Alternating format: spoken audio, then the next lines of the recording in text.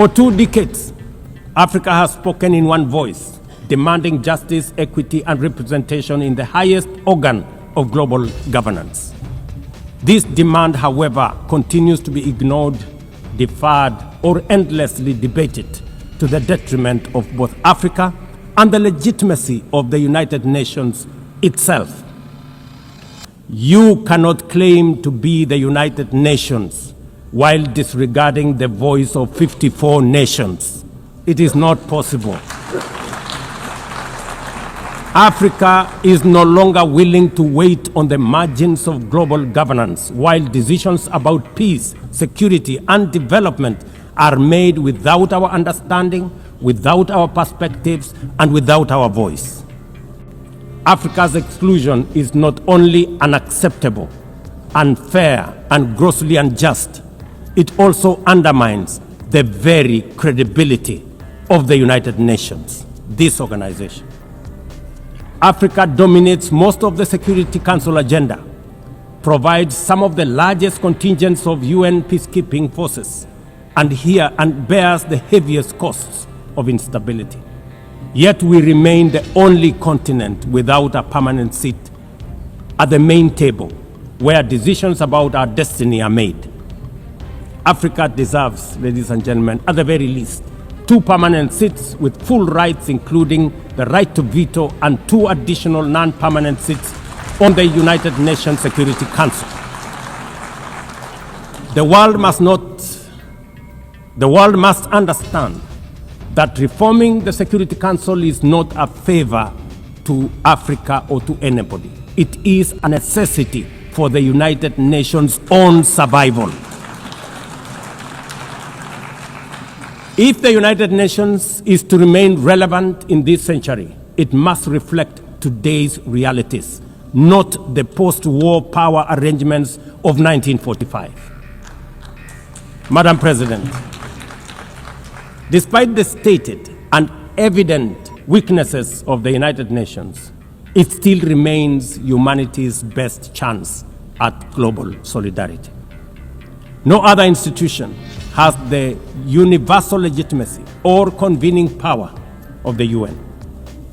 From coordinating humanitarian relief in times of war and disaster, to mobilizing the global response to COVID-19, to driving consensus on climate change through the Paris Agreement, the UN has consistently shown that the world can achieve together what no nation can accomplish on its own, however mighty or great or powerful.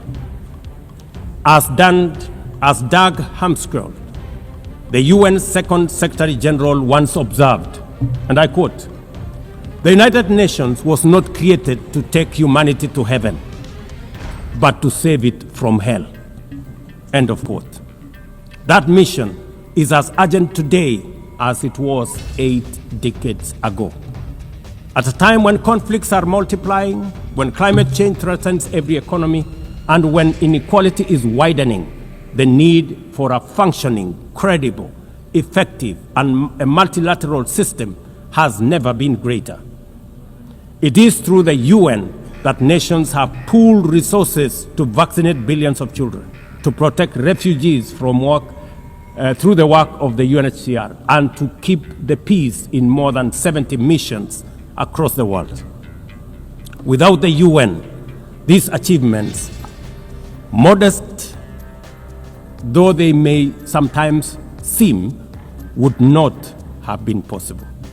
That is why we must resist the temptation to give up on the UN or abandon it. We must make it fit for purpose, reform its structures, strengthen its mandate, and ensure its decisions reflect today's realities rather than the geopolitical map of a bygone era. As one of the hosts of the UN headquarters and the only one in the Global South, Kenya stands ready to do its part to enable the organization to go through this phase of renewal successfully as envisaged by the Secretary General under UN 80 reforms. In conclusion, Madam President, ladies and gentlemen, the 80th anniversary of the United Nations must be more than a commemoration. It must be a turning point for the organization. Let us seize this moment to reimagine and rebuild the UN into a body that commands legitimacy, responds with speed, and delivers justice for all. Gangs can be neutralized and the safety of streets, schools, hospitals, and homes secured. The continued harassment, abductions, and criminal acts undermining the lives of Haitians are unacceptable, unjustifiable, and must be stopped by this organization, the United Nations. Madam President, as the UN Security Council deliberates on the next steps, we must not lose sight of the fact that the situation in Haiti demands sustained, coordinated, and undivided international attention.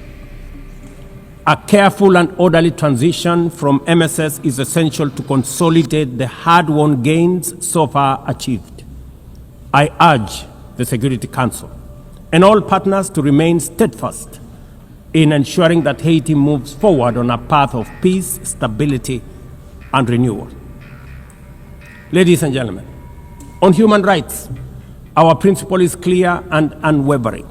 The protection of civilians and respect for humanitarian law cannot be applied selectively. We cannot condemn suffering in one place and turn a blind eye in another. Kenya is gravely concerned by the humanitarian catastrophe in Gaza and by the immense suffering of civilians caught in the devastation of disproportionate military operations. At the same time, we call for the unconditional release of Israeli hostages.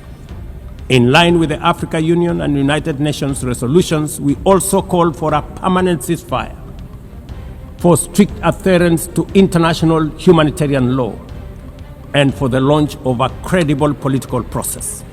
Only through such a process can the vision of a two-state solution be realized, where Israel and Palestine live side by side in peace, security, and stability. Kenya is equally deeply troubled by the worsening humanitarian situation in Sudan, where innocent citizens are caught in the crossfire of a needless war. We fully endorse the Quad, comprising Egypt, Saudi Arabia, the United Arab Emirates, and the United States, in affirming that there cannot be a military solution and that only political dialogue offers a viable path forward. We join the Quad in urging all parties, including SAF, RSF, and the external actors, to respect Sudan's sovereignty, unity, and territorial integrity, and firmly reject any attempts to divide the country, reaffirming our unwavering support for a unified Sudan for the benefit of all its people. This is The African Journalist on Africa Rising, bringing you stories that matter. If you enjoyed this video, don't forget to like, comment, and subscribe to stay updated. Together, let's keep Africa's voice rising.